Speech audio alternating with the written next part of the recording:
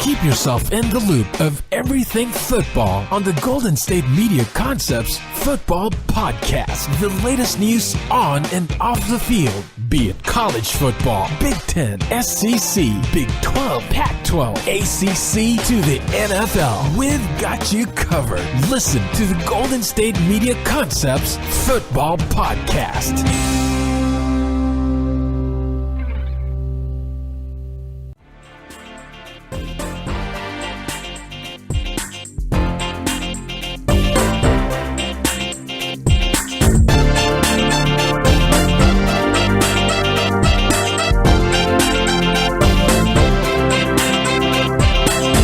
All right, and welcome to the GSMC Football Podcast. This episode is brought to you by the GSMC Podcast Network.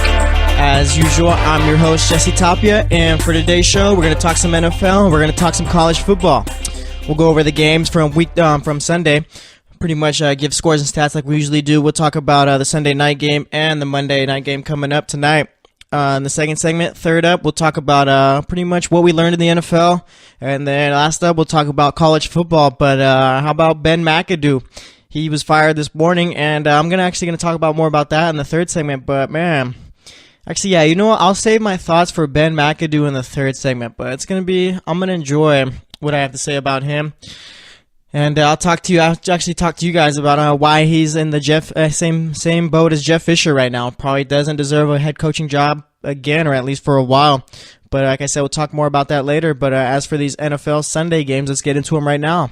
Minnesota, they went into Atlanta. Minnesota, once again, is for real. They won that one 14-9. Case Keenum had a great game. He completed 25 out of his 30 passes, had 227 yards, 2 touchdowns. Latavius Murray, 16 carries, 76 yards. Solid game from him. Jerick McKinnon had 9 carries, 24 yards, 5 receptions, and 28 yards for a touchdown.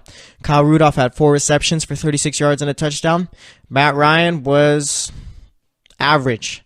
16 completions out of 29 attempts, 173 yards. Devontae Freeman came back. I think this was his second game back, actually. Yeah.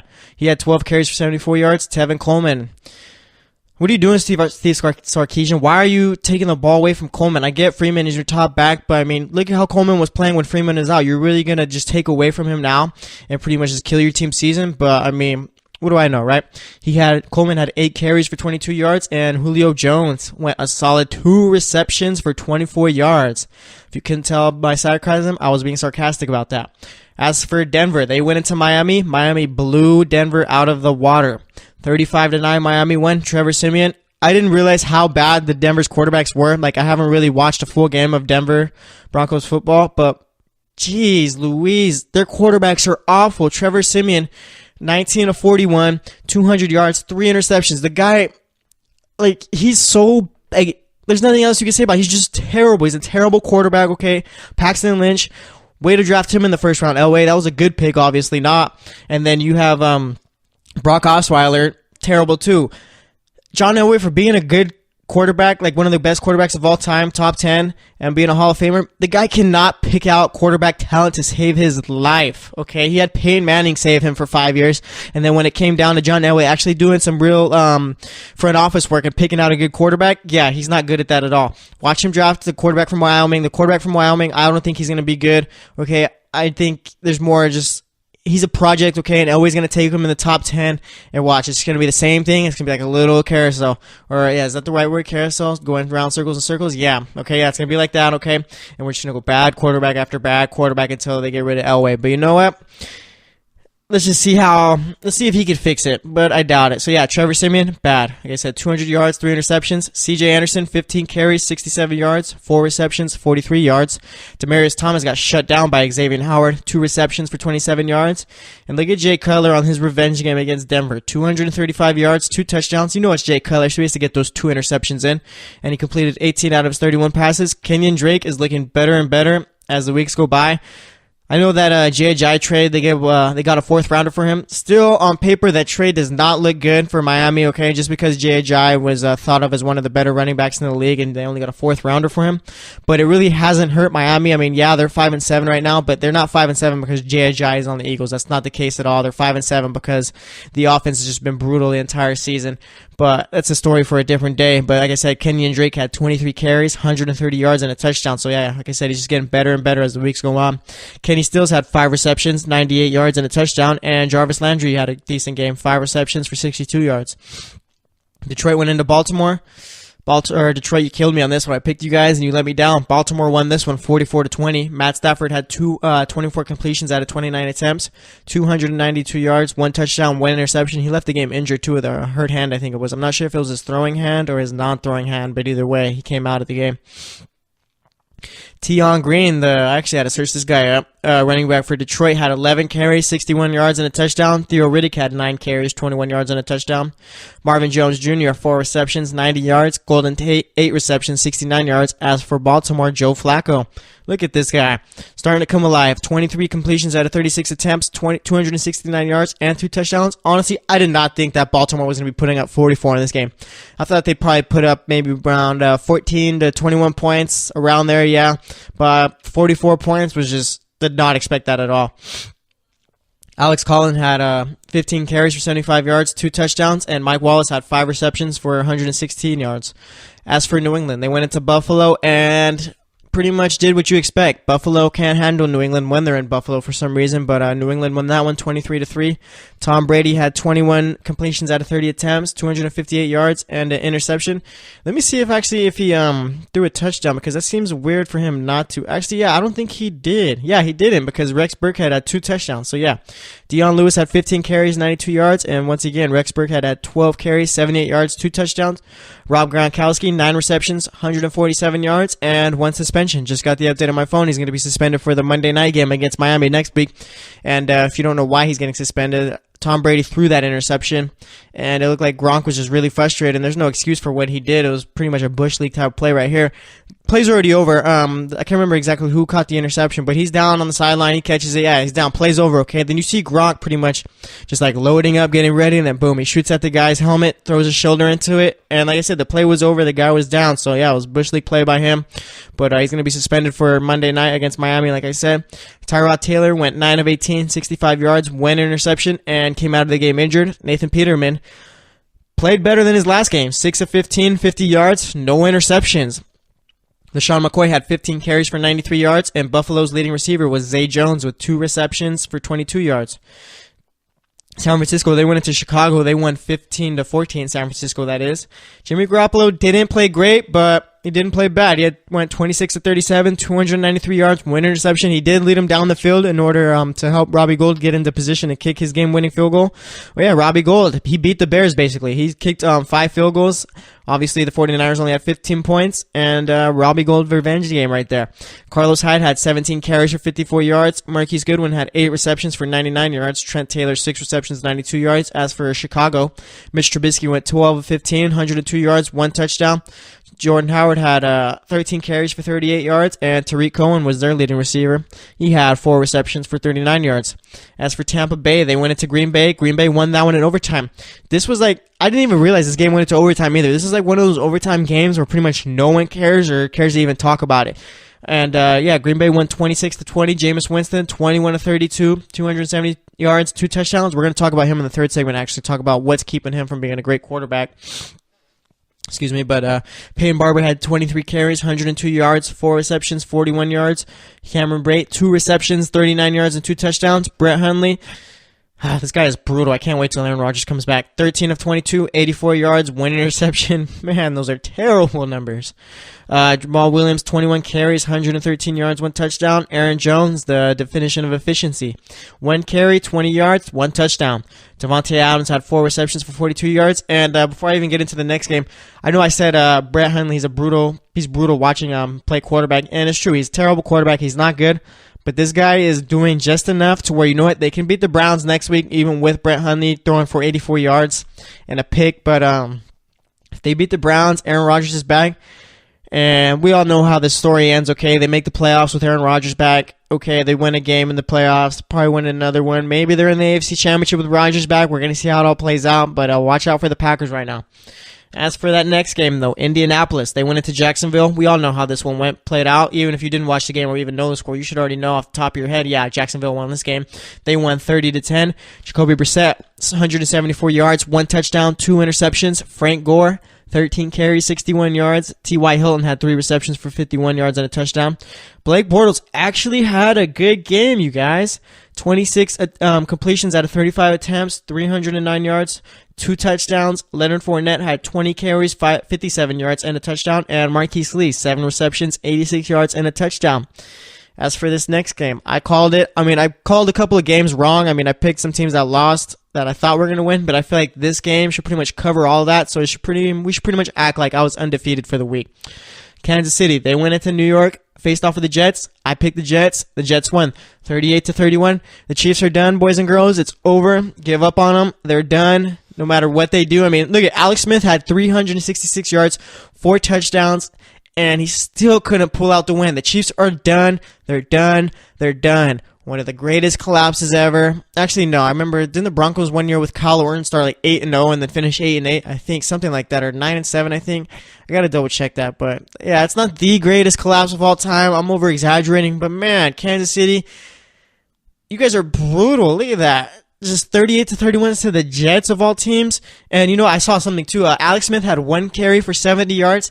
First off, how does Alex Smith take off with the ball and get 70 yards? And second of all, if you're Alex Smith, how do you take off for 70 yards and not get a touchdown out of that? But either way, it doesn't matter. That team lost. Kareem Hunt, once again, just free falling too. 9 carries, 40 yards. Tyreek Hill, 6 receptions for 185 yards, 2 touchdowns. Big game out of him. Travis Kelce had 4 receptions, 94 yards, 2 touchdowns. Josh McCown, this guy is going to get one of those big money backup quarterback contracts like Matt Moore does right now. Someone after this year is going to sign him to like a 3-year deal, $30 million or something like that. Watch, it's going to happen. This guy, Josh McCown, he has it figured out in the NFL. He figured out how to stay in for a while and how to make your money, okay? He's going to get paid after this season, I bet. 331 yards, 1 touchdown, 7 carries, 19 yards, and 2 rushing touchdowns. Bilal Powell, 18 carries, 48 yards, 1 touchdown. Javon Curse, 9 receptions, 157 yards. Robbie Anderson, another good game, but no touchdown. 8 receptions, 107 yards, As for Houston, they went into Tennessee. Tennessee is underwhelming, but they won. They won 24-13. Tom Savage, 365 yards, 1 touchdown, 1 interception. He's got to stay consistent with those interceptions. Lamar Miller, 15 carries, 56 yards, 4 receptions, 38 yards. DeAndre Hopkins had 8 receptions for 80 yards. Marcus Mariota, 150 yards passing, 1 touchdown. Derrick Henry looks like he's finally taken over that starting job at the running back position. 11 carries, 109 yards, 1 touchdown. Delaney Walker, 5 receptions, 63 yards, and a touchdown. As for Cleveland, I did pick them. They did let me down, but you know what? Josh Gordon made me a happy person. Did well on my fantasy team, and yep, Josh Gordon is back. But let's get into the score real quick. Chargers won that one 19-10. Deshaun Kaiser had 215 yards, 1 touchdown, 1 interception, 5 carries, 46 yards. Deshaun Kaiser started off the season really poorly, and Hugh Jackson was doing that thing. Oh, no, you know what? Let's start Kaiser. You know what? No, let's start, what's his name? Cody Kessler. And then, you know what? No, let's go back to Kaiser. Let's go back to Kessler. Finally, he stuck with Kaiser for the rest of the season. And Kaiser, as the weeks have gone by, looks like he's starting to play a little bit better. But other than that, Josh Gordon, 4 receptions, 85 yards. That's not even, forget those stats right now. The guy had 11 targets, okay? Obviously, Hugh Jackson has big plans for him, so we're going to see Josh Gordon play even better next week, I feel. But, yeah, like I said, 4 receptions, 85 yards.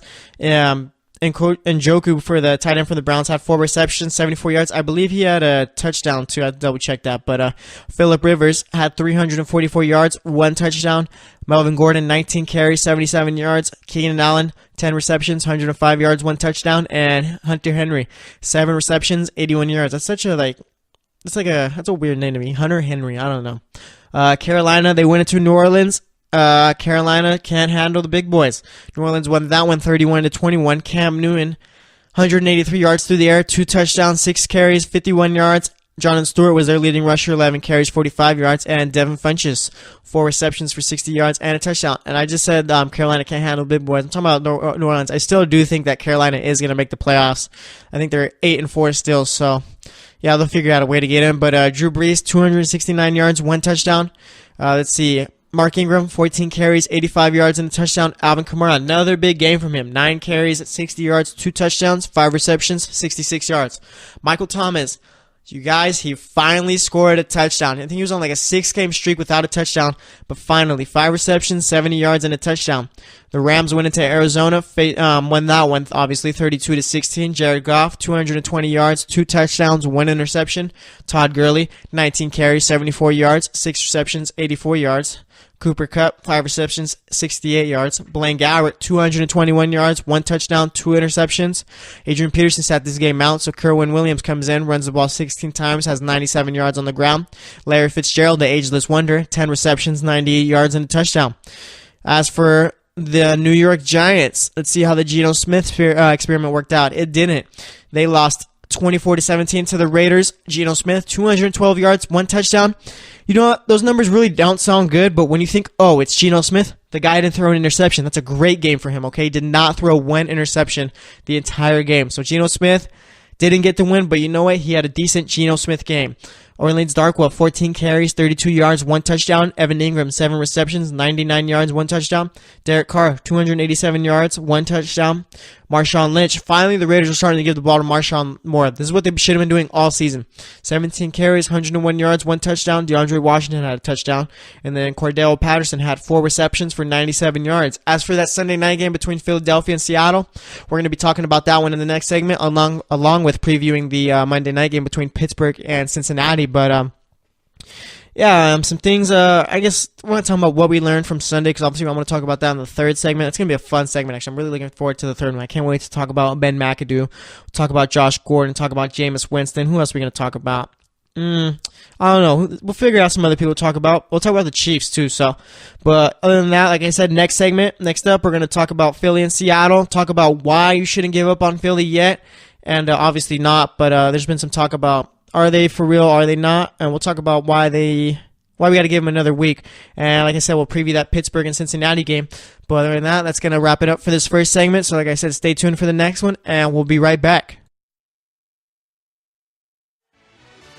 Are you looking for help for your fantasy football team? Check out the GSMC Fantasy Football Podcast. Get today's best advice on who to start, who to sit, even who you should draft. From sleeper picks to red-hot lineups, they got it all covered for you. That's gsmcpodcast.com/fantasy-football-podcast. We'll cover traditional leagues, dynasty, PPR, even IDP leagues. When you need fantasy help, there's just one show to hit up. Don't forget to like them on Facebook and follow them on Twitter. Visit gsmcpodcast.com for more info.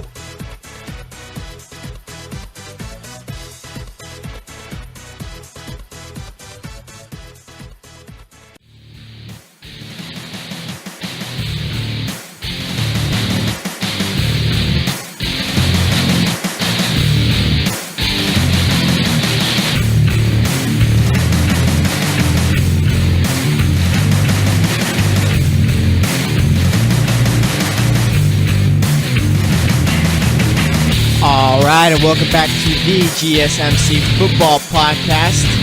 In that last segment, we recapped all the games from Sunday, except for the Sunday night game, which we're about to do in a few moments. But we talked about the games from Sunday, the morning and afternoon games. Case Keenum is the real deal, at least for this season. After this season, who knows where he's going to end up. But like I said, he played extremely well against the Falcons. Josh Gordon, he's back, had a really good game. Only caught 4 out of his 11 targets, but they didn't get to watch the entire game, but that could do with just DeShone Kizer wasn't able to put the ball on the spot for him. But good to see a guy like that coming back after 3 years, and he's already getting 11 targets. So we'll see how it all ends up for him. The Falcons, they're overrated. Not even overrated. We all know that the Falcons stink, I guess. But yeah, they're not doing too good. Let's see. Oh yeah, Ben McAdoo. I can't wait to talk about Ben McAdoo. I'm gonna go on such a great rant. Okay, I'm just gonna wait. All right. You know what? Never mind about that. But as for this segment, let's talk about Philly and Seattle.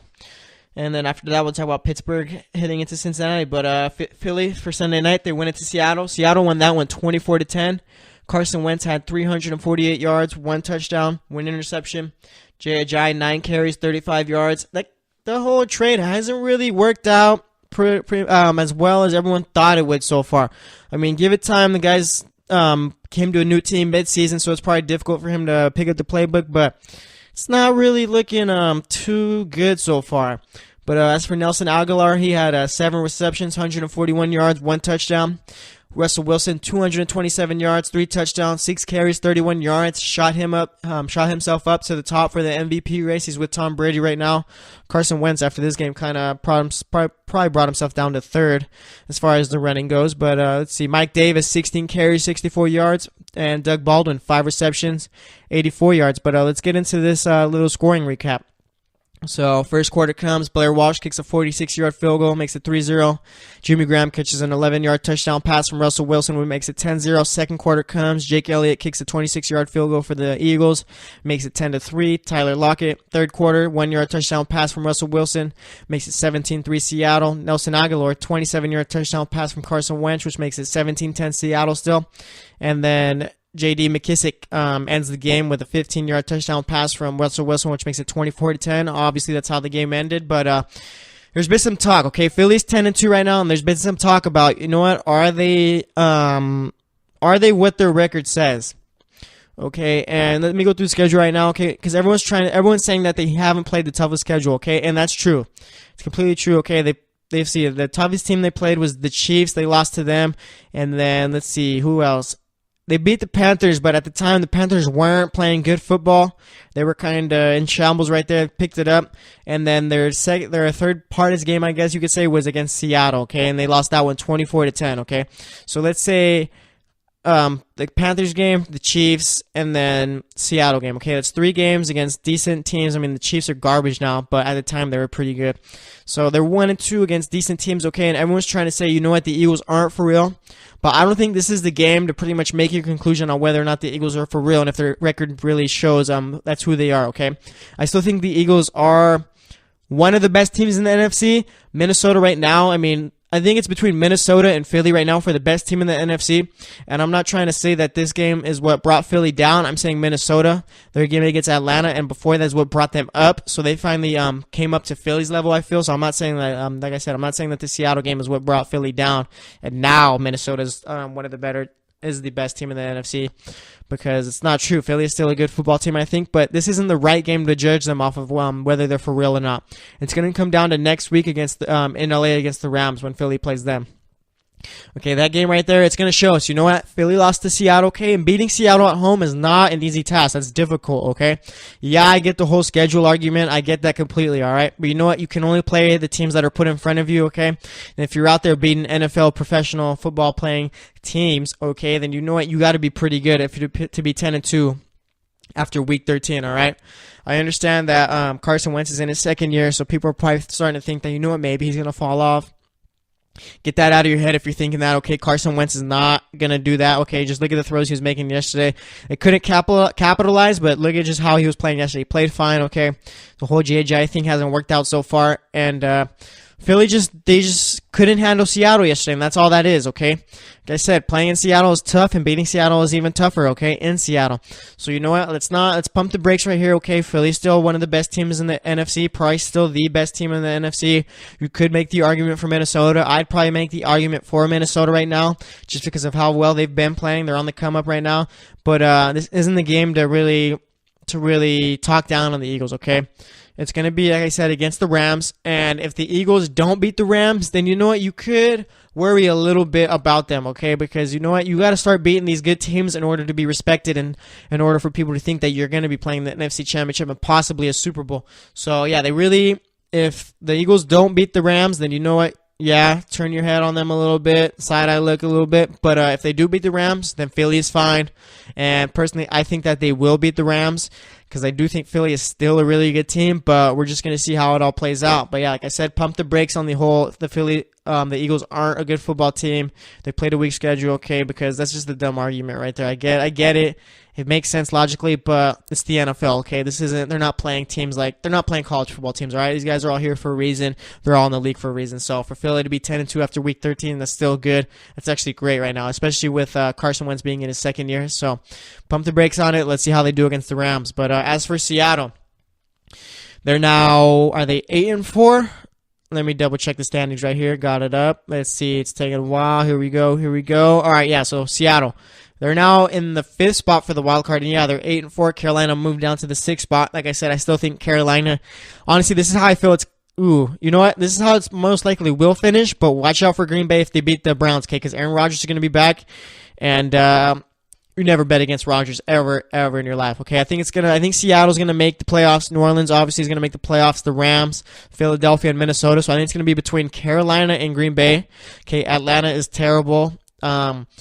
They're not terrible. They're 7-5, but you know what? They're terrible for the talent that they have on their team. It's just, I don't get Atlanta. Detroit, they lost, so they pretty much have to win out and hope Carolina and Seattle drop a couple of games. But the team I'm looking out for right now is Green Bay, okay? If they beat the Browns and they get Rodgers back, I'm going to say they make... I don't even want to jump into conclusions, all right? Just watch out for Green Bay if they beat the Browns and Rodgers comes back the week after. That's all I'm going to say. But as for Seattle, they're 8-4. They're the 5th seed. I mean, a week ago wasn't looking too good because they beat the Niners, but like I said, it just wasn't looking too good. They were in the 7th spot, but forgot Atlanta. They're world class chokers. So yeah, we got that. Seattle actually next week. They have a tough game. They're going up against Jacksonville in Jacksonville. Believe it or not, the Jaguars are actually favored in this game. When's the last time you saw the Jaguars favored against a solid team? And this is with Blake Bortles playing quarterback. Like the people in Vegas, they know. Yeah, you know what? Blake Bortles is the quarterback, but we're still gonna make Jacksonville the favorites.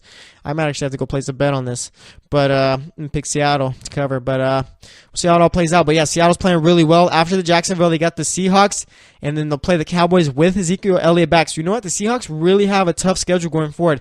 They play the Cardinals in Week 17, so that's gonna be an easy win for them. But Jacksonville, that's no slouch over team right there. Best defense in the NFL. And a solid offense besides the fact that they got Blake Bortles playing quarterback. And then they got the Rams, really good team right there. And then they got the Cowboys with Zeke back. So we're going to see how it all plays out for the Seahawks. I mean, it's going to be tough for them, but I think they're still going to be able to make the playoffs. But like I said, we'll see. But that's all I got to say about those two teams right there. Again, don't sleep on Philly just yet, okay? Give them another week. If they do lose to the Rams, then that's when you can start to panic about them. But as of right now, Philly's just fine. As for Seattle, like I said, they're probably going to make the playoffs. Given with how they've been playing, Russell Wilson's playing like a man with just playing like Russell Wilson when you need him to play well. It's exactly what it is. I'm not going to use any crazy adjective or anything like that. Just Russell Wilson is playing good football when he needs to be playing good football. But as for this Pittsburgh and Cincinnati game, okay, Pittsburgh, I think I talked a little bit about it in the last game. Didn't really preview it too much. Just made my pick. I picked Pittsburgh. I think they're going to win this one. Not sure if Antonio Brown is going to be playing this game. He missed Friday and Saturday's practices, I believe it was, with a toe injury. It's been said it's a little minor toe injury, but you know what? Mike Tomlin might just keep him out because I still think even without Antonio Brown, the Steelers can beat the Bengals, but we're just going to see how it all plays out. Right now, the Bengals are starting to play decent football. They're 5-6. I think they started off 2-5, I think. But they're starting to pick it up, and they're starting to play well. But either way, it doesn't really matter to me. I don't trust Cincinnati. I don't trust Marvin Lewis. I don't trust Andy Dalton. I do trust A.J. Green, but he's only as good as his quarterback is. Joe Mixon's been playing well, and that defense has been playing well. But it's just Pittsburgh right now. If we're going to treat them like they're a good team, they need to win these games. So I'm going to pick them for this one, okay? Le'Veon Bell, if Antonio Brown doesn't play, he's going to go off for a big game. I really hope Le'Veon does not go off for a big game. I mean, I hope he gets like at least 100 yards, no touchdowns. But it's probably not going to end up that way. I'm only saying that because the guy I'm playing in fantasy football this week's got him. And I really need this win just so I can get into playoffs. But Le'Veon Bell, if you could cool it on the touchdowns this game, that'd be much appreciated. Either way, probably won't happen, but we'll see how it all plays out. But once again, I got Pittsburgh in here. And then let's see what else should we look out for in this game. There's really not much to say about this game, honestly. I mean, Pittsburgh's one of the best teams in the league right now. One of the best teams in the league. And then Cincinnati, they're a fringe team right now. They're 5-6. They're sort of fighting for a playoff spot, but they're not going to make it, okay? I'm going to say that right now. They're not going to end up in the playoffs. Let me look at their schedule going forward right here. Cincinnati's just, they're not they're lucky to be 5-6 right now. I feel they're just not a good team. They got the Bears after this, then the Vikings, Detroit, and Baltimore to finish up. They're not making the playoffs. I will put money on that. Cincinnati, if you're a fan, listen to this, you're not making the playoffs, I promise you. But as for Pittsburgh, right now they're 9-2. New England's 10-2. So in order for Pittsburgh to keep with New England, they got to win this one. They'll probably move back up to the number 1 spot, I believe, because of the tiebreakers.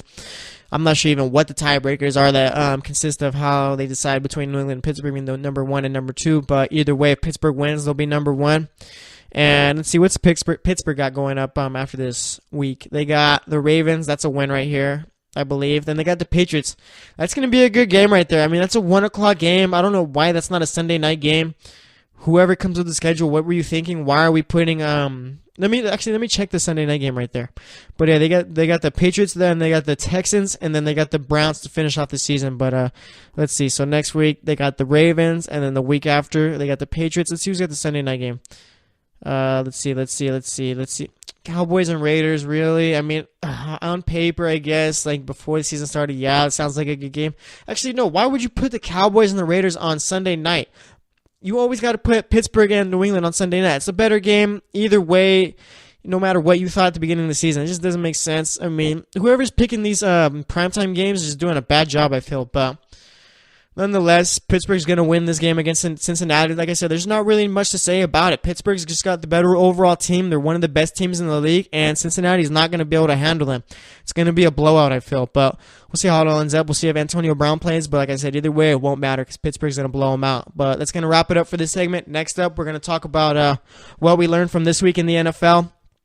And then after that, we'll talk about, in the fourth segment, we'll talk about news and notes going on in football, and we'll talk about the college football playoff rankings. Alabama right now, they got in over Ohio State. I understand why Alabama's in, but I don't like it. But like I said, I'll talk about that later. And next up, we'll talk about Ben McAdoo. We'll talk about Jameis Winston. We'll talk about Josh Gordon, and we'll talk about pretty much anything else that I learned this week. So stay tuned, and we'll be right back. Check out the show that's built on the MMA, from the UFC to extreme cage fighting. They got the fights covered. Check out the GSMC MMA podcast. Get the latest news on past or upcoming fights. Join us as we talk to and about some of the biggest names in the MMA, past, present, and future. When it's the fight game, there's just one show to check out. GSMCpodcast.com/MMA-podcast. Don't forget to like them on Facebook and follow them on Twitter. Visit GSMCpodcast.com for more info.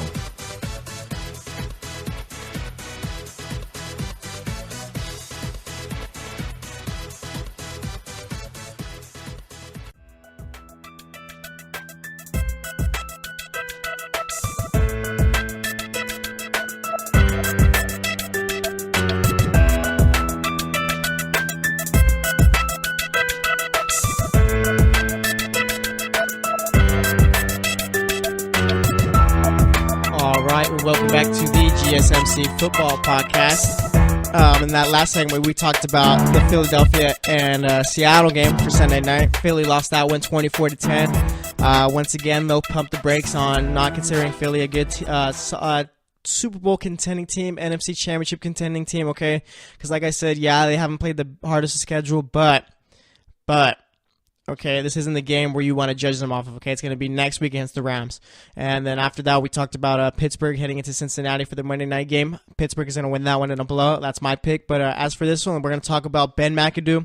We're going to talk about Josh Gordon. We're going to talk about Jameis Winston. And maybe I'll see if we can talk about something else. But let's get into this whole Ben McAdoo situation, all right? The guy, he got fired today, which is Monday, and so did Jerry Reese, the GM. And Ben McAdoo is just, his ego was way too big, okay? His ego is what killed him, what killed his coaching job with the Giants, okay? He did well last season with the Giants in his first year, okay? This year, he had a bunch of injuries, and the team wasn't playing as well, all right? But you know what? Before they benched Eli, I mean, you're probably thinking, you know what? It's his second year. They're not playing well, so you know what? They're probably going to bring him back for the next year, for his third year, and see how he does from there, okay? But when you go out and you bench the team's all-time greatest quarterback in Eli Manning, again, that's up for debate, I guess, because you could think Phil Simms, but I mean, I'm not going to get into that because it doesn't really matter to me right now. But when you bench Eli Manning, okay, guys won 2 Super Bowls for you, and then you start Geno Smith after you're pretty much either your job is safe or, like I said, that ego is just way too big and you're just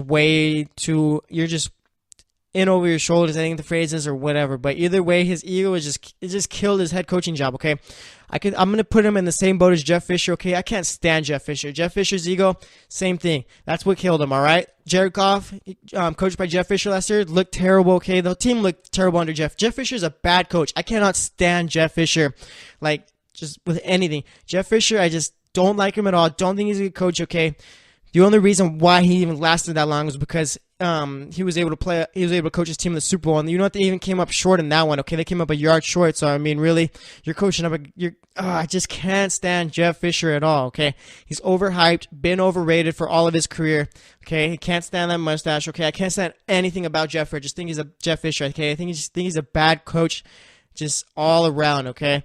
But either way, like I said, last year, Jeff Fisher coaching Jared Goff did nothing. This year, Jared Goff plays extremely well under McVay. Okay, and with McAdoo, his ego, like I said, it's just they're the same guy pretty much. Okay, they think they can do whatever they want. Ben McAdoo. Go look at a picture of Ben McAdoo last year. Okay, and he looks like a normal coach or something like that. Okay, this year he's got the hair slicked back. He's wearing the sunglasses. Looks like he belongs on The Sopranos. Okay. It's just his ego just took over him completely, and that's what just ended him. And Ben McAdoo, like, I don't think he should be a head coach again going forward. Just why would you want to hire a guy with such an ego like this, okay? It just makes no sense to me. He would have been fine if he would have left Eli out there for the rest of the season. He wouldn't have gotten fired, okay? Yeah, the Giants would have finished with only 2 wins probably, but you know what? He wouldn't have got fired. I'm sure the owner would have gave him a third year for that last chance because I know when you hire a coach, you should probably give him around 3 years just to see what he does. And like I said, last year he did fine with the team, okay? They won a bunch of games, okay? Can't remember if they made the playoffs or not. They might have missed out just barely, but yeah, I can't remember exactly. Oh yeah, they lost in that playoff game because I remember Odell went on that boat with a bunch of other guys in that meaningless story. But either way, it's just, and this year, like I said, they only won 2 games so far with McAdoo, and then you go and you bench Eli, like, I can't stand it. And another thing with Jeff Fisher, personally, I think he's the reason why Vince Young's no longer playing in the NFL. Jeff Fisher ruined Vince Young. That's my opinion, but that's what I've always felt. But going back to Ben McAdoo, the dude pretty much, he doesn't deserve to be coaching in the NFL, at least the head coaching job. He'd be an offensive coordinator, defensive coordinator. I can't remember exactly what he was doing before the Giants. I think he was an offensive coordinator for them, but either way, I mean, his ego is what killed him, okay? Like I said, he looks like he belongs on a Sopranos episode, or on the Sopranos show. I know it's canceled, but I'm just saying, just look at it's just hilarious. Just look at him from last year, look at him from this year. Just his ego took over. It's like Ben McAdoo, just the evil Ben McAdoo was coaching this year. But either way, he's fired. So is Jerry Reese. It looks like Eli Manning's going to be starting this Sunday. So this whole situation, I mean, this whole Giants season was just like a Brown season pretty much. Just maybe times 10, okay? Because you know what? The Browns haven't won a game so far this season, but I still think that they're less dysfunctional than the Giants right now. Or at least less dysfunctional than the Giants with Ben McAdoo as the coach, okay? Because you know what? The Browns are 0-11, but they're trying, you know. The Browns, they're not that good. They're not good at all, okay? They're not that good. They're just not a good football team at all, okay? But it looks like they sort of have a plan. And the Giants, Ben McAdoo is just like, you know what? I'm Ben McAdoo. I can do whatever I want. I'm a good coach. I won a bunch of games last season. It's Eli's fault. I'm going to bench him, and then I'm going to start Geno Smith. Didn't work out too well for you. The guy probably thinks that it's not even his fault for how bad the team's been playing so far this season. Probably thinks that him being fired is unjust and not fair, but only Ben McAdoo is going to think that. So that's all I got to say about Ben McAdoo right now. Like I said, I put him in the same boat as Jeff Fisher. Can't stand either of them, okay? Ben McAdoo, I didn't always think this way about him, okay? I always thought he was a decent coach, but when you're out here benching Eli Manning and just pretty much letting your ego take over, you don't deserve to be a head coach, okay? He lost the locker room, okay? That's not a secret. And it's just pretty much, the guy's just a bad coach. But either way, that's all I got to say about Ben McAdoo. Like I said, does not deserve to be a head coach anymore. Going forward, throw him in a coordinator position. I don't care. But a guy with that kind of ego, you can't have him out there. It's just going to ruin it. And you saw that this season. But let's talk about Jameis Winston, okay? So Jameis Winston comes back. He played pretty well. But and they lost in overtime. But the reason why I'm talking about Jameis Winston, the guy is a good quarterback, and he's like right on the brink of being a great quarterback, but the only thing that's holding him back is that he doesn't know when to just take the sack or throw the ball away and just give up on the play. That's his biggest problem, okay? Because Green Bay, they won that game because Jameis Winston just simply couldn't take the sack okay, and just move on to the next play, okay? He's always trying to make the extra play, always trying to make something out of nothing, and you know what? That's a good trade out of a quarterback, I guess, because he's always trying to just pretty much, like I said, just make something out of nothing and always just put his team in the best position to win. But you know what? You got to pick and choose your battles, and he doesn't do that. He pretty much just picks all of his, like, he just pretty much goes to battle every single time. And you know what? Sometimes you got to take your loss and just move on to the next, like I said, okay? Because on that last play where Green Bay won, Jameis Winston looks like he's about to be sacked, and he's trying to get the ball out somewhere. Dude, the guy's already fallen to the ground. He's still trying to get the ball. Just take the sack, Jameis. Why are you going to throw the ball? Or at least he fumbled it. Yeah, he tries throwing the ball. He fumbles it. And then the defensive lineman picks it up and takes it to the house for the game-winning touchdown. Boom, Lambeau leap. Probably the greatest day of that defensive lineman's life. But it's just Jameis Winston. Learn and pick and choose your battles. You don't need to win every single one. This is why Jameis Winston is just a good quarterback and not a great one, okay? It's frustrating to see because I love Jameis. I loved him at Florida State. He was my favorite quarterback at Florida State. All those games that he won, I think he only lost 2 games, I think it was, or I think he only lost 1 game. He went like 26-1 or 27-1, I think it was. So Jameis Winston, he's so close to being a great quarterback, but he gets in his own way, okay? And you know what? He might end up getting his coach fired at the end of the year because you know what? The Bucs were supposed to be a good playoff team this season, or at least a playoff team. And you know what? Right now, I think they're 4-8 right now. Let me double check it right now. Let me look through it. Let's see, Tampa Bay. Let's see, yeah, they're 4-8 right now. So just really things have not gone to plan, and it's not looking good for Dirk Coed. Is it Coed or Cutter? I don't even know. But either way, Jameis Winston, pick and choose your battles, please. You're so close to being a great quarterback, but either way, we'll see how it all plays out. But he needs to get out of his own way. Another thing that I learned this weekend is that, you know what, Green Bay is going to be a scary team if they beat the Browns next week. I know I talked about it in the first segment a little bit, mentioned it, but you know what, Aaron Rodgers is coming back week 15, I think, and like I said, it's going to take at least 10 wins to get into the playoffs in the NFC. Seattle's got a tough schedule going up, and then let me see Carolina's schedule. And I'll talk about why this all has to do with the Packers right now, but let me see Carolina's schedule right now. They got the Vikings next week. Ooh, that's brutal. You got the Saints and then the Vikings. Well, then you got the Packers. All right, yeah. So you know what? Panthers got the Vikings next week, and then they got the Panthers the week after that, okay? Let me talk about why that's bad for the Panthers now, actually. Okay, because Aaron Rodgers is coming back week 15, and you know what? That week that the Panthers play the Packers, that's week 15. And you know what? When the Packers beat the Browns next week, they're going to be 7-6, okay? And you know what? What? Okay, the Panthers are not going to beat the Vikings, I don't think, okay? So that's going to put the Panthers at what? They're 8-4 right now. They'll be 8-5, okay? And then you got the Pack going up against the Packers, who are most likely going to be 7-6, okay? Panthers 8-5. Packers going to be 7-6 when they play, I feel. And then you're going against Aaron Rodgers, and you know what? I think the Packers are going to beat the Panthers with Aaron Rodgers, okay? So that's going to be both teams at 8-6. Boom. Packers are going to be fighting for that 6th spot already there in the fight right there, okay? And then I think the Packers have a pretty easy schedule going forward, I think. Let me double check this real quick.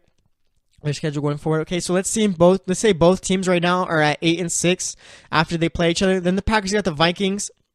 That's going to be a tough one. Sunday night on NBC, I think it is. And then they got Detroit, okay? Vikings, a great team, but you can never bet against Aaron Rodgers at all, okay? So you know what? The Panthers really need to win this game against the Vikings. Otherwise, they're going to be in big trouble because they got a tough schedule coming up. And if they can't beat the Vikings, then you know what? Against Aaron Rodgers, I don't trust them at all. Even if they beat the Vikings, I still like the Packers against the Panthers just because Aaron Rodgers is going to be back. Aaron Rodgers is probably the best quarterback in the NFL. I know people like to say Tom Brady. Tom Brady is probably the greatest quarterback of all time, one of the greatest. But as of right now, when Aaron Rodgers is out there in this given time, when Aaron Rodgers is out there playing right now, Aaron Rodgers is the best quarterback. He does everything for them. So, yeah, it's going to be tough to see. But, right now the Packers, they're playing well. They're if they beat the Browns, they're back, okay? They're gonna make the playoffs, I feel, okay? It's gonna be the Panthers or the Packers. I know I said earlier that the Panthers were gonna make the playoffs, but you know what? I just changed my mind. It's what I do. I changed my mind. Seattle, I think, is gonna be the team that actually I don't even know who's gonna make it, okay? Because all these teams got tough schedules. So you know, I'm not even gonna make predictions for those 2 wild card spots in the NFC because I don't even know, okay? It's just difficult to predict with these teams' schedules going forward. But another thing that I learned over this weekend was that, you know what, the Broncos are terrible. Okay, I thought it was just their offense that was bad, but you know what, when you give it 35 points to one of the worst offenses in the league, which is the Miami Dolphins offense, okay, you're not a good football team. Okay, Miami, I mean, they finally ran a decent offense. I know they've been doing that whole run up the middle. Doesn't work. Let me throw a couple of screens. Doesn't work. Oh, let's punt the ball and keep the defense on the field constantly. That type of offense. But you know what? Against the Broncos, they were running actually a competent offense. They were actually running an actual offense, you guys. It was crazy to see. But yeah, like I said, the Broncos are just not a good football team. All three of their quarterbacks are terrible. As for the Lions, I think they're done. They needed to beat the Ravens in this game. I don't think they're going to be able to get past the Packers, the Panthers, or the Seattle Seahawks. Let's see, Jimmy Garoppolo, he might be the guy going forward for the 49ers. Didn't have a great game statistically. I think he did throw for 287 yards, did have a pick, but I like the way he was moving around the pocket, and he's got good vision too. And as for the Chiefs, let's all take a moment of silence for them because they're done. The Chargers are taking over. That's their division now. Let me see the standings right now. The Chiefs still might have the lead in the AFC or the AFC West, or the Chargers might have taken it over. So yeah, Kansas City.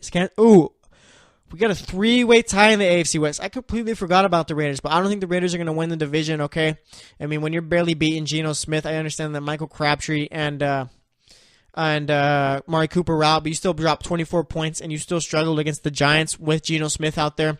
That defense is what's going to hurt them. They have a chance of making the wild card. I think they might.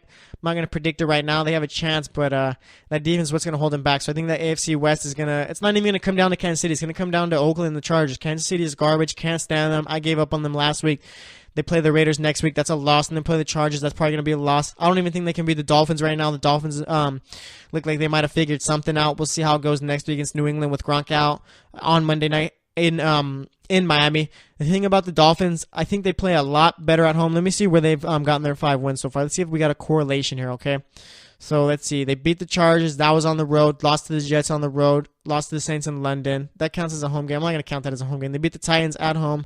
Beat the Falcons on the road. Beat the Jets at home.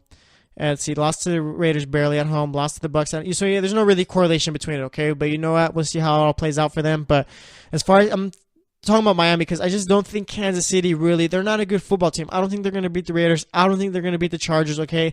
And you know what? They might not even beat Miami if Miami seems to have figured out a game plan, okay, on offense. So we'll see how it all plays out. But once again, the Chiefs are bad. Jameis Winston's close to being a great quarterback, but he needs to pick and choose his battles.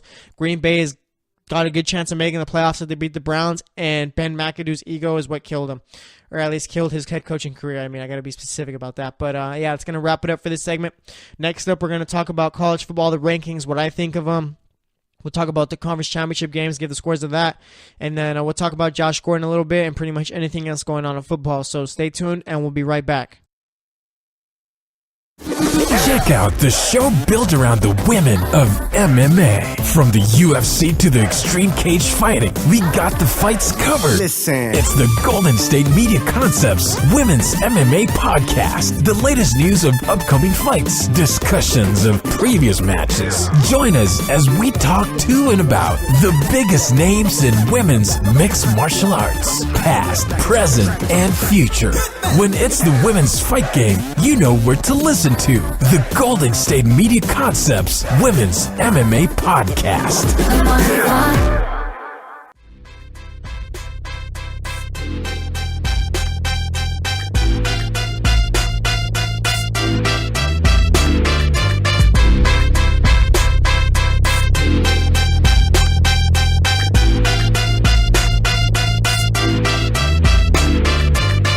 All right, and welcome back to the GSMC Football Podcast.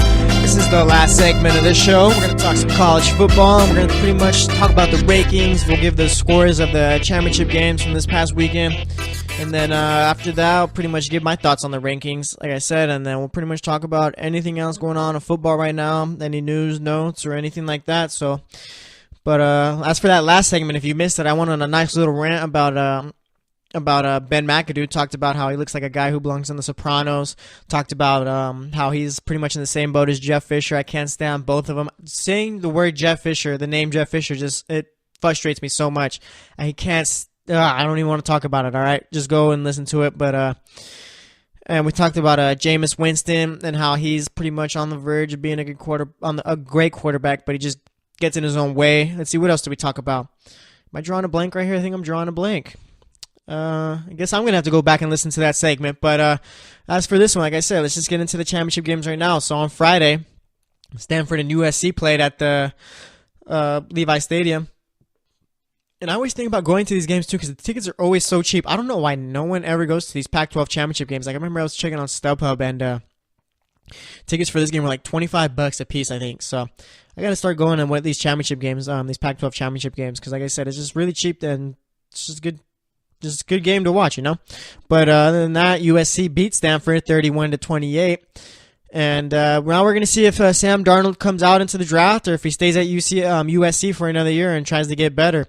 Personally, I'm not sure what he's going to do. I mean, this year for USC, I mean, it wasn't what we all expected. We all thought he'd be a better quarterback, like play extremely better. But it's just, I mean, either way, if he does come out, he's going to go top 10 for sure, top 5 probably. But I'm not sure what he's going to do. I mean, if you stay at USC, you're going to end up like Jake Locker, I feel. So, I mean, just go out and get that money if I'm him. But as for this next game, we had UCF. They played Memphis. This was probably the best championship game of the weekend, if we're being honest here. UCF won this one 62-55. I watched this one. It was a really fun game. And UCF's coach is now heading over to Nebraska. I can't remember his first name. I think Scott Frost. I know his last name is Frost, but I can't remember. It's Robert Frost or Scott Frost. Robert Frost, is that the dude from Frosty the Snowman? Is that who I'm thinking of right now? I think it's Scott Frost. Let me see if I can find it right here real quick. If I can't, we'll just move on. Let's see. You know what? I am not going to be able to find it in time, so let's just move on. I think it's Scott Frost. I'm almost positive. I'm pretty sure Robert Frost from Frosty the Snowman. But either way, he's going to Nebraska. As for Oklahoma and TCU, Baker Mayfield and co. blew out TCU 41-17. Let's see Baker Mayfield's stats. He went 15-23, throwing the ball, 243 yards, 4 touchdowns, no interceptions, took off with the ball 6 times, had 65 yards. This guy, we had my doubts about him being an NFL quarterback, but you know the guy makes good throws. So you know what? I don't even know really what to think of him right now. He's a great college quarterback. I'll just leave it at that. He's going to win the Heisman. We'll see how he does in the playoff. Maybe I'll come up with my opinion about him in the NFL after that. But as of right now, he's a great college quarterback. Okay, that's what I'm going to say. Georgia beat Auburn 28-7. Auburn really had no chance in that one. Boise State beat Fresno State 17-14. Got revenge after the week after they lost to Fresno. And then, this one hurt my heart. Clemson won 38-3, beat Miami. Miami just had no chance. And then Ohio State beat Wisconsin 27-21.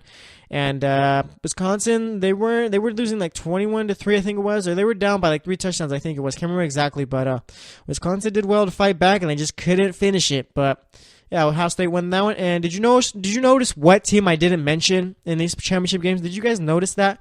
Did you notice one team that was missing? If you didn't, yeah, that team was Alabama. And you know what? Now let's a good pivot onto the college football rankings. Let's get into them. Yeah, so I didn't talk about Alabama, but I did talk about Clemson, who's number 1 in the college football playoff rankings, who's going to be in it. Oklahoma, talked about them. Number 2, Georgia, number 3. They won their game. And then at number 4, instead of Ohio State, you know who we got, who won their game. You know we got a team who didn't even play in their conference championship and played a cakewalk schedule the entire year. I don't care if they play in the SEC, okay? Alabama does not deserve to be in the college football playoff, okay? I understand the reasoning, okay? But I feel like we've all just grown to the fact that, you know what? We've all gotten used to Alabama just pretty much dominating year after year, so we give them a pass. Alabama does not deserve to be in the college football playoff. Ohio State does. Ohio State won their conference championship game, and you know what? I get the argument. Oh, Alabama has 1 loss. Ohio State has 2 losses. Ohio State lost to Iowa. They lost to Oklahoma. You know what? I get that Iowa loss, all right? I understand it. Oklahoma is the number 2 team in the nation, so it can go either way. All right, they have a higher-powered offense. You know Alabama, who they lost to? Auburn. You know the best team they beat? Mississippi State. It's not even LSU. LSU is not what they used to be, okay? Mississippi State was the best team Alabama beat all season, okay? And you want to know the best team that Ohio State beat? Let's check it right here, okay? Let me double-check it right here. Let's see. The best team Ohio State beat was, Penn State. Let's see what they ended up finishing up ranked right here. Penn State ended up finishing number 9, okay? So, as far as the college football playoff rankings, Ohio State, their best win came against the number 9 team in the nation as of right now. They're number 9, okay?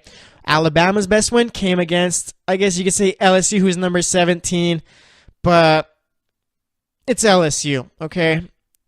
LSU, like I said, they're not what they used to be. They're not good. LSU is not a good football team. They play in the SEC. That's just about it, all right? So you know what? Ohio State deserves to be in over Alabama, okay? Not only did they beat Penn State, they also beat Michigan State, who's ranked number 16, okay? And you know who is ranked right below Michigan State? LSU. Okay, so Ohio State's top 2 wins came against teams who were ranked ahead of what Alabama's best win was, okay?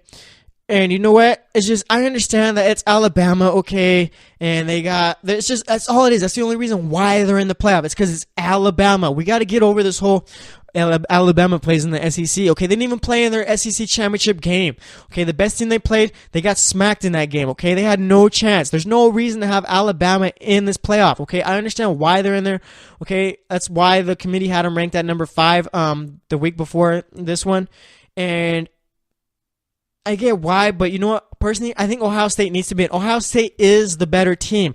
Don't forget that, okay? Ohio State is better than Alabama this season, okay?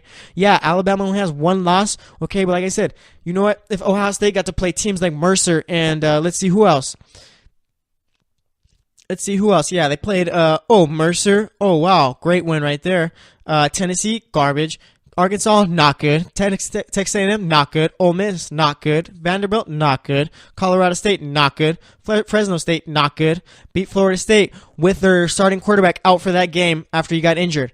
Tell me, why? Why is Alabama in? Okay, didn't play in their championship game. Okay, we were gonna put a two-loss Auburn team in there. I mean, yeah, I know they did beat Georgia and Alabama, but either way, it's 2 losses. The 2-loss argument does not work at all. Okay, if you're gonna have a team like Auburn in there with 2 losses, then I feel that you know what? Yeah, let's go look at Auburn's schedule right here.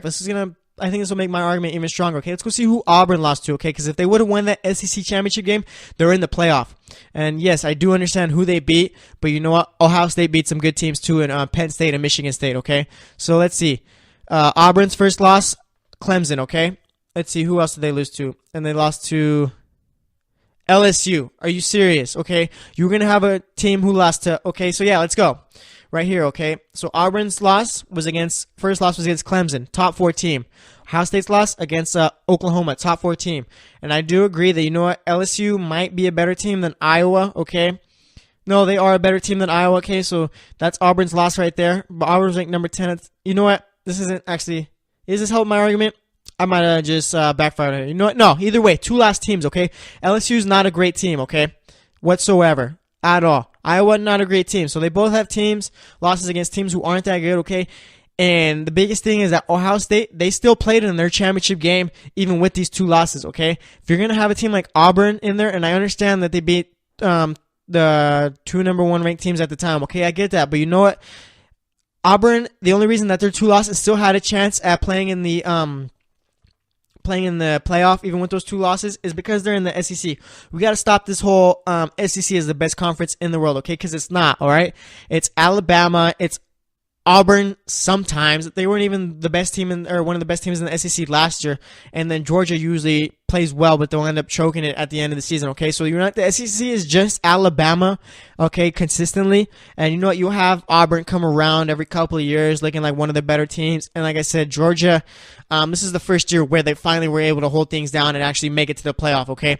The Ohio State consistently good. It's just I don't like the fact that Alabama is in there whatsoever, okay? I don't care that it's Alabama. I don't care that they play in the SEC. I don't care that they got 1 loss. Ohio State is a better team.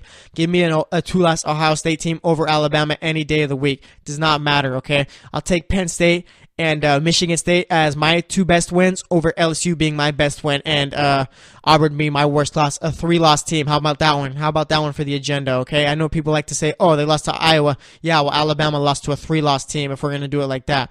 But either way, it doesn't matter because this is the Final Four, okay? As for who I think is going to make it into the championship, I think it's going to be Clemson versus Oklahoma. I think Clemson's going to be able to beat Alabama. It's going to be a close one, but I like Clemson in that one. And then Georgia's going to run all over Oklahoma. Don't forget those Big 12 defenses are terrible, so I like Georgia on that one. But that's all I got to say about that. As for anything else going on in football right now, I know I mentioned earlier Rob Gronkowski, he's going to be suspended. He's going to be suspended for Monday night against Miami for that garbage hit that he had on the Buffalo Bills cornerback. Eli Manning's going back to being the starting quarterback for the Jets. Tyrod Taylor, he has a bruised patellar tendon. Let's see.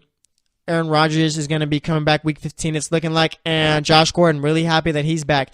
4 receptions, 85 yards, had 11 targets. That's probably the biggest thing I was looking at right there is targets. I started him in fantasy football this week. I actually sat Antonio Brown for him in one of my leagues. And I was really curious to see, it was like, I wasn't sure what to do about that, okay? Because I was like, you know what, Antonio Brown, I think he's still, he's questionable. I think he will play tonight, which is Monday, in this Monday night game. I think he will play, but I wasn't, too sure. Do I take a chance on him whether or not he plays or not, or did I just throw Josh Gordon out there and hope that he gets a lot of targets? And you know what? It worked out because I won this week in that league, and even with Josh Gordon out there, and like I said, he had 11 targets. So going forward, he's just going to keep getting into it, getting into the field of things. He's going to keep getting the ball more. So Josh Gordon, happy he's back. Hasn't missed a beat. He had one good catch, really solid catch over one of the, I think it was Williams, the Chargers cornerback. I can't remember if I'm getting that name right or not. But yeah, he had a nice catch over him. And Josh Gordon just looked good on the slant routes and even on his post route. He caught one. He took off for a big gain right there. So Josh Gordon's back, and he's been playing extremely well. But like I said, watch that Pittsburgh Steelers and Cincinnati Bengals game tonight. Pittsburgh's going to blow them out, I feel. And they'll go back to being the best team in the AFC. So that's going to wrap it up for today's show, Ashley. And once again, I don't like Alabama being in that number 4 spot. Ohio State needs to be in there, okay? I don't care if Alabama's lost 1 game. I don't care if Ohio State's lost 2 games, okay? If you're willing to throw in a 2-loss Auburn team who now has 3 losses, which makes Alabama's loss against them look even worse, it just doesn't make sense to me. But you know what? Everyone loves the SEC, so that's all I got to say about that. But like I said, it's going to wrap it up for today's show.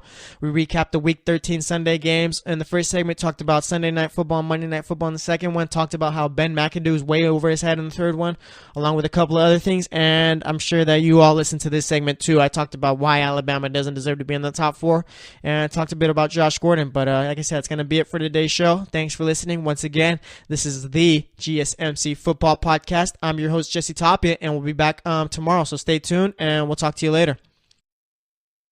You've been listening to the Golden State Media Concepts Football Podcast, part of the Golden State Media Concepts Podcast Network. You can find this show and others like it at www.gsmcpodcast.com. Download our podcast on iTunes, Stitcher, SoundCloud, and Google Play. Just type in GSMC to find all the shows from the Golden State Media Concepts Podcast Network, from movies to music, from sports to entertainment, and even weird news. You can also follow us on Twitter and on Facebook. Thank you, and we hope you have enjoyed today's program.